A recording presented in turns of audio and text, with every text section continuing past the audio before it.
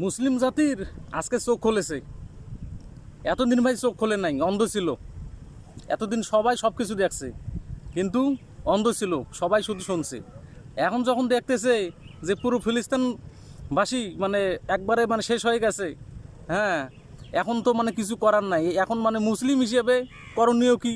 এখন করণীয় মানে হইতেছে মানে মুসলিমকে জানান দেওয়া যে মানে ফিলিস্তিন মানে ধ্বংস হয়ে গেছে, আমরা মুসলিম জাতি তো আছি।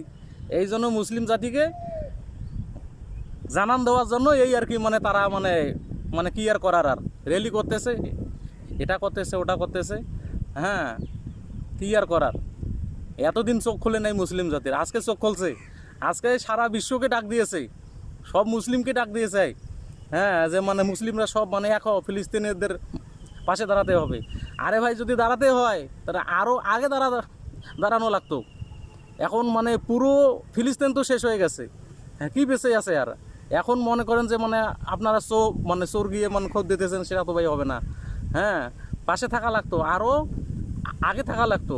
আরও মনে হয় যে 6 মাস আগে যদি এই কাজটা করা হতো, তাহলে হয়তো মানে আপনার ইসরায়েল কিন্তু মানে এই সাহসটা পেত না ভাই। হ্যাঁ, তা দোষ মনে করেন যে মানে হইতেছে আমাদের মুসলিম জাতিরে।